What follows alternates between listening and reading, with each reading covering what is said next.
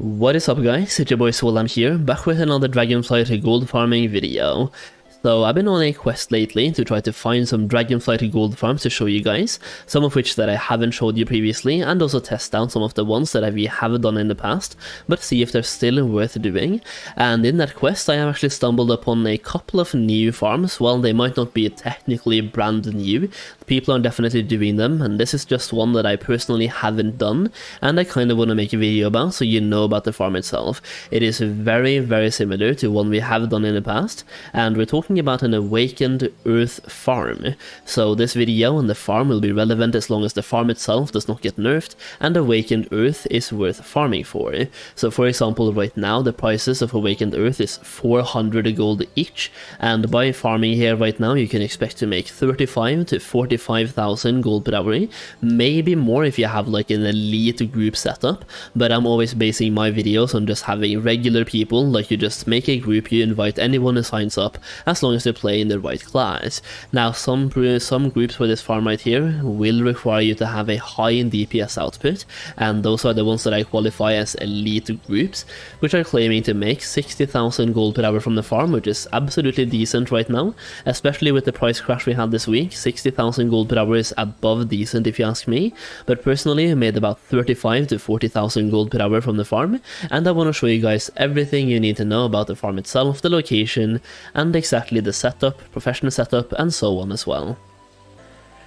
Before that though, I do want to give a massive shout out to literally all of you guys, like watching my videos, subscribing to my channel, and checking out my Dragonflight Gold Guide as well. So far in Dragonflight we have went from 36,000 to 41,000 subscribers on YouTube, which is massive, and I can't thank you guys enough. So hopefully my content has been helpful to you, and hopefully you've been able to make some gold in the expansion. Speaking of making gold in the expansion, a massive thank you to all of you guys who have checked out my Dragonflight Gold Guide so far, and the support on this one has been absolutely insane. The feedback has been great, and once again thank you guys so much. It's just awesome that we can have early access to videos and make more gold from the gold farms we already have, and talk a little bit more exclusively about gold making, which crafts we can do to make profit, and having that closed off community. Speaking of, by checking out that gold guide you get access to a private Discord server, which is where you get access to early access videos, for example, and exclusive videos as well. Right now we have what I consider to be the best way to farm gold in Dragonflight in early access in that gold guide's Discord server. So if you want to have access to that one before it goes public, feel free to check it out through the link down below and use the code Solheim to get it for half price. That being said though, let's check out the farm itself, the location, and everything you want to know. So let's start with the location. It's a awakened earth farm located in the Waking Shores, in a cave located right here on the map. So if you remember when you went into the Dragon Isles, if you did the campaign story, this is one of the first quests you did. So you did the drakes over here, for example, then you had to kill some elementals over here. There was a primal fire core and a primal earth core, and the farm we're talking about today takes place at that primal earth core. So you basically just go into this cave right here, and you will see a ton of these primal earth elementals. These are yellow mobs, so they won't attack you unless you attack them, and you want to pull all the mobs you can see right here. So you want to pull the two at the entrance as well. You want to pull all the mobs up here and pull them back down to this location, and there looks to be a group farming here right now, which is perfect, or they might be done, but this is where the farm goes. So you put a monk statue exactly where I'm standing right now, and you can see there has been a group farming here. It looks like they are finished now, but there has been a group farming here, and basically you put a statue down here and you pull all the mobs from up here, where you can see there's quite a bit of mobs, and there's some mobs down here as well, and there's a boss right here which deals a lot of damage, by the way, so watch out for the damage from that guy. But you also have a lot of mobs over here, and they hyper spawn, so the more you pull, the faster you pull, and the faster you kill them, the more fast they respawn. So basically you want to have as many people pulling as possible, but you also want to have as high damage output as possible. Your gold per hour will be determined on how fast you pull the mobs that are spawning, and how quickly you kill the mobs that you have been pulling. So pulling and killing high DPS is definitely key to the farm itself, but even with like a basic setup, we made a lot of gold from this farm, and I want to show you a clip from my stream so you can see exactly how we did this farm, and an example of the gold per hour and the kills per hour as well, considering I'm using a hyper spawn tracker down here, which is counting the raw gold as well as the kills per hour as well from the farming session. So in the background right now you can see literally how the farm works and a bit of the chaos going on at the farm itself. It is a bit chaotic. You're basically running around pulling mobs throughout the entire cave, you're killing them in one location, and you have to watch out for some of the AoE damage on the floor itself. But you can see in the top left corner you can see the gold per hour we are getting, and in the bottom right you can also see the kills per hour we are getting as well. Right now we are sitting on 1,036 kills per hour, so that is how many kills we are getting from the farm. And if you want to see your gold per hour, you can just take the prices that we're currently getting, and you can see the kills per hour we are getting as well. And if you are getting more kills, so you have better prices, you'll be getting more gold per hour. But I do think this farm right here will be like a roughly 35,000 gold per hour baseline, but there are a couple of things you can do to increase the gold per hour here. Number one, having like those elite group setups, for example, so the more DPS output you have, the more kills per hour you're getting, obviously. So putting like an item level requirement could be one way to increase the gold per hour, or just like making sure everyone does their job correctly and deals enough damage while also pulling is one way, just to make sure people aren't slacking. But there's one more way you can increase your gold per hour and increase your damage without actually increasing your gear, that I'll be talking about a little bit later in the video. But I also just want to show you guys the actual farm itself and the materials you're getting from the farm. So if you see in the top left corner right now, you can see I'm getting something called a Seal of Order. So that is a mystic item from enchanting, so I'm going to be talking about that in the professional setup, which I guess I can show you right now. So for the professional setup, the only profession that really matters here is enchanting, and you want to make sure that you have the spec called Primal Extraction.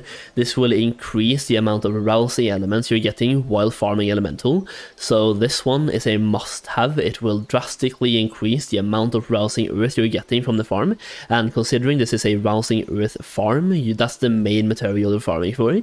This one is a must-have. Additionally, after you've gotten the 40 points spent right here, you can spend any remaining points you have into Insight of the Blue to give yourself mystic items. Considering you're getting 1,000 kills per hour, you should be averaging 1 epic of those mystic items every single hour, which is 2.5k extra gold. So you have to like find out how much is that 2.5k worth for you. I wouldn't say it's worth going out of your way to get enchanting knowledge points, but it's also definitely worth doing weekly quests, for example, to just keep up to date with professional knowledge. And additionally, if you are going hardcore like I am right here, and you have 130 knowledge points, you can go into Draconic Disenchantment just to make sure you're squeezing all those extra little bits of gold from those mystic items as well while disenchanting them. But definitely this one, priority number 1, this one, the Insight of the Blue, priority number 2, and disenchantment, priority number 3. So remember how I said there was a way to drastically increase the gold per hour you're getting from this farm without having to increase your item level or gear or anything really? Well, considering you only need enchanting for this farm, if you really want to specialize into farming Awakened Earth, go for having this one. This one will require you to have mining as well, so enchanting and mining. A very weird setup, but very good setup as well for this farm. This one will place down a banner that increases the damage done to all earth and fire elementals within 100 yards. That is a massive radius, and will be perfect for 2x4 farming and Starfall, for example. This will increase your damage dealt by 75%. Imagine plus 75% if everyone in your group had this banner. It is going to be massive. It also grants deafness and finesse to miners, and every now and then there will be a mining vein spawning in this cave as well.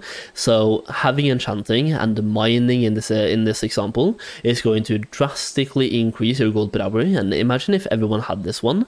It lasts 10 minutes, then it has a cooldown, and it's a bound when used object. So if everyone had this one, you would constantly have a 75% damage increase, which is absolutely massive considering one, there's two things that counts for your gold per hour here.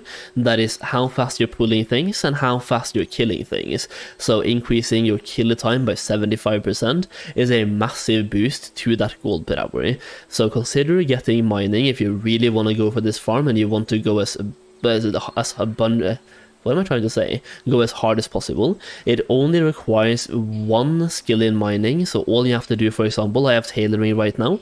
I can drop tailoring. I can then pick up mining, get this banner right here, increase my gold per hour.